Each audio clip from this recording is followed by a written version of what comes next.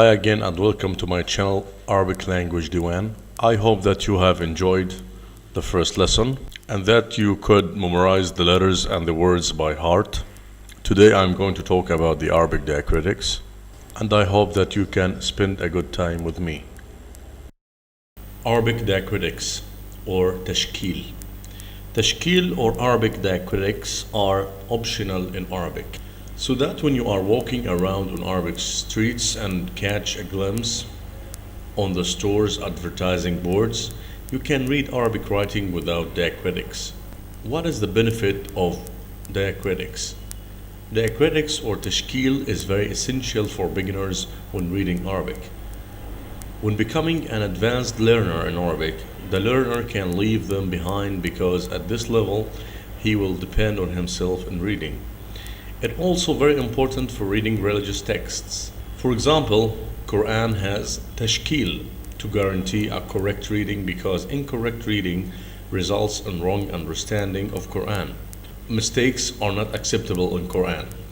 It is also in hadith, which is Prophet Muhammad's speech, and any mistake in reading hadith is not acceptable as well. We also can find tashkil in Arabic dictionaries to provide information about correct pronunciation. Short consonants and long vowels are represented by letters in Arabic. Short vowels and consonants length are not indicated in writing, and here comes the role of tashkil.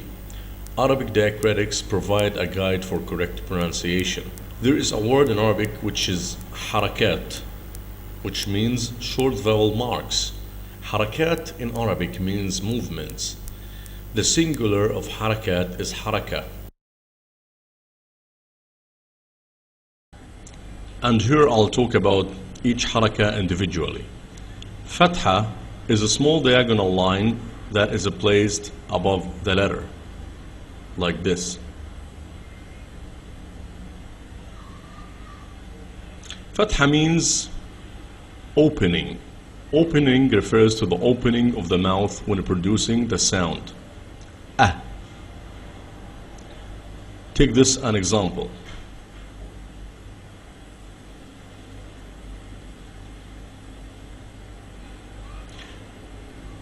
When it is above the letter ba, for example, it is pronounced ba.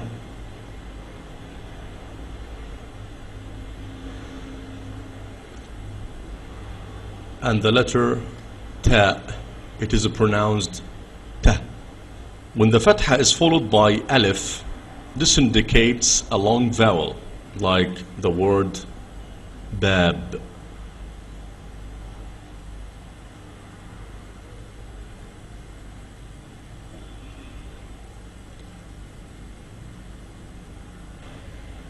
And here is ba with fatha. Then it is followed by alif, and it is pronounced ba, like the English word father.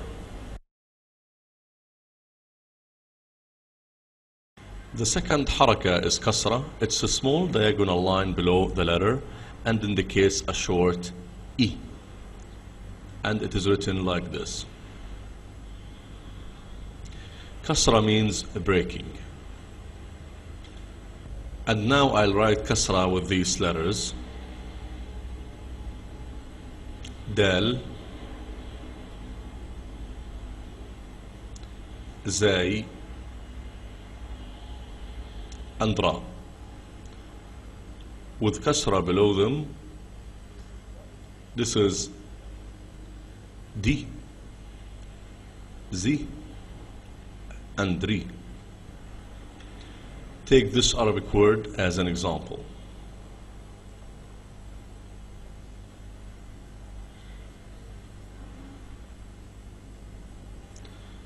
This is dira', which means armor.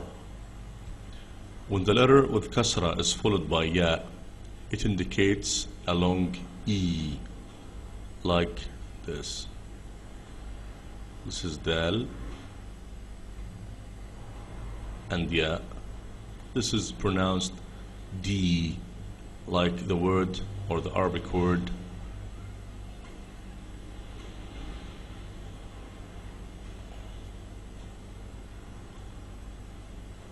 deek, which means rooster. The same vowel we can find in the English word steel. The third haraka is dhamma. Dhamma is a small curl-like diacritic placed above a letter to indicate a short u. It's written like this.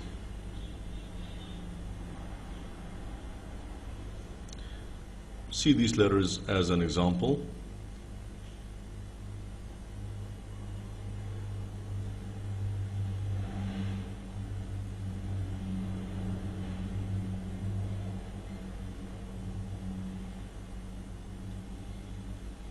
This is kaf. With dhamma, it's ku. This is dal. With dhamma, it's du. And this is ha. With dhamma, it's hu. Take this Arabic word as an example.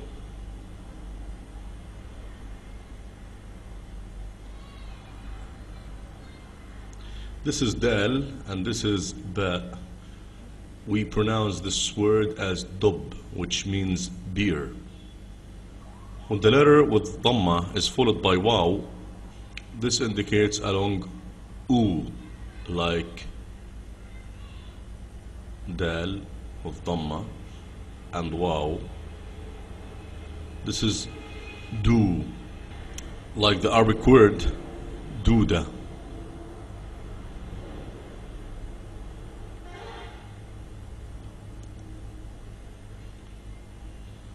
Which means warm. The English word dude has the same vowel. Dude.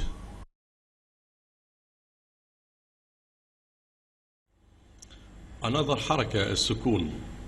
It's a circle-shaped diacritic placed above the letter. It is written like this.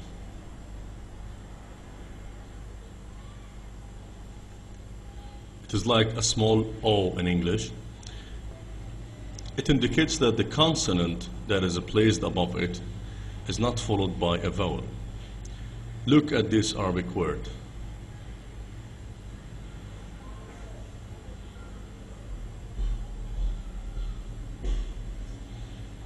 This is bab. This is ba, alif, and ba. The first ba has fatha. And here's the alif. It's a long vowel, doesn't have fatha or dhamma or sukun. The last letter is ba, it has sukun. So this is bab, which means door. Sukun is used to be part of a diphthong, like the Arabic word aw, which means or.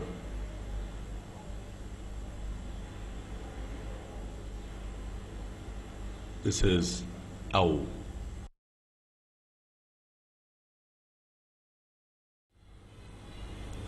Another Arabic diacritic is tanween, which means nonation. It is to double fatha, kasra, and dhamma when writing. Tanween is 3 types. Tanween fath, like this, with 2 fatha. Tanween kasr, 2 kasra, and tanween dhamm.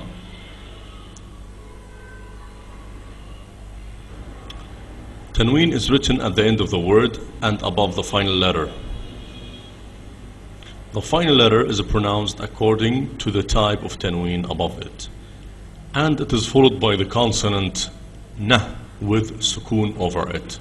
So when there's sukun over it, it is pronounced an. Take this example.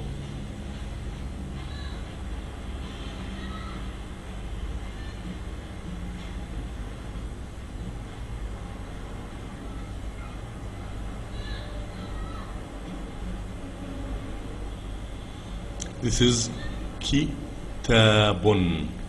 Kitabun, which means book. And here we can notice that there is no noon at the end of the word, but it is, spoken, not written. كتاب. فتح تنوين is not written on the final letter directly. We have to put a silent alif without hamza after the final letter and put fatha tanween above it. Look at the same word, kitab.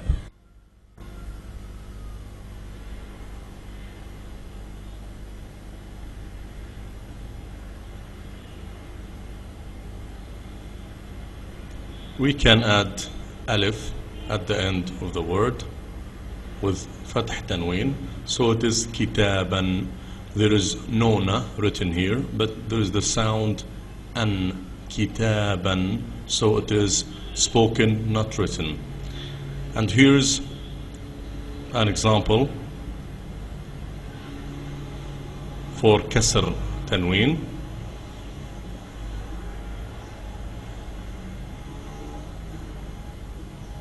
Kitabin, kitabin. All means the same, which is book. Another diacritic is shadda. It is used to indicate gemination. It is written over the consonant, which is to be doubled when read. It is only written over consonants. The letter which has shadda on it was actually two letters, one with sukoon and the other with fatha, dhamma or kasra. Take this example.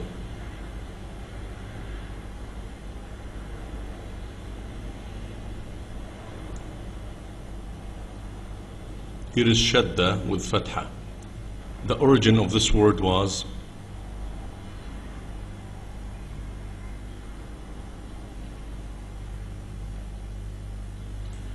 with two meme, one with sukoon and the other with fatha. And to make it more easier, it was written with one am and above it shadda with fatha, thumma. Look at these words with different harakat with shadda.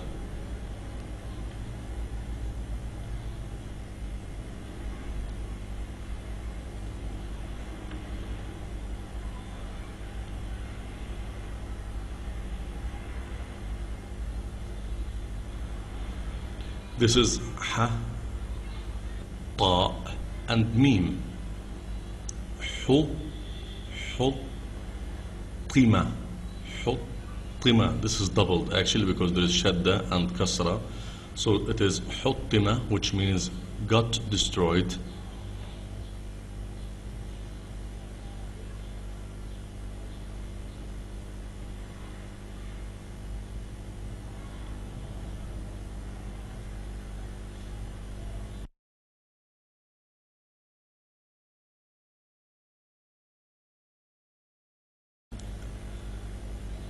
And this is sabura, which means blackboard, and here we can say shadda with dhamma over it.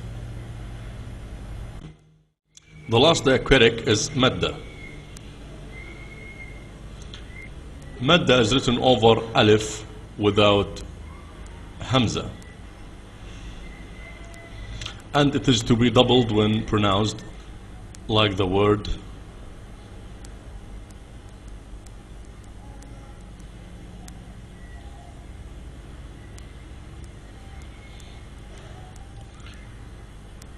Quran.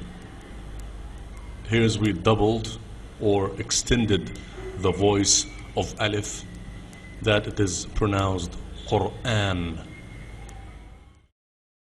Thank you for watching. See you next lesson.